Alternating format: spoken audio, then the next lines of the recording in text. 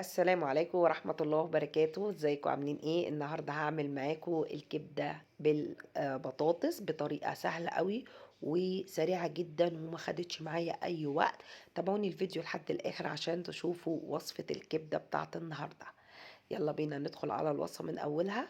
اول حاجة في الوصفة هنا انا حطيت طاجن على النار وحطيت عليه معلقتين من الزيت، وبعد كده حطيت عليه بصلاية متقطعة شرايح وقلبت البصل لحد ما دبل، وحطيت عليها كمان معلقة من الثوم وقلبتهم كويس قوي.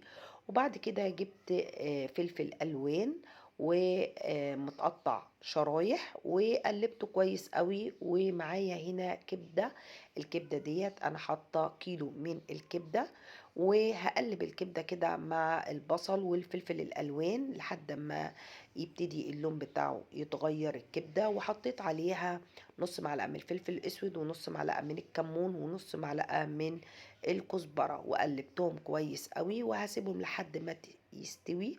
وبعد ما استوى في الاخر حطيت رشة من الملح، وحضرت معاه كمان بطاطس انا مقطعاه تقطيع مدور كده.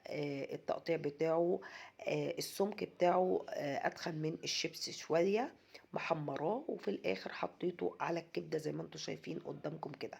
اللي وصل معايا لحد هنا ما ينساش يعمل لايك واشتراك للقناه عشان يوصل لكم كل وصفاتي، ويا ريت تشيروا الفيديو لكل اصحابكم.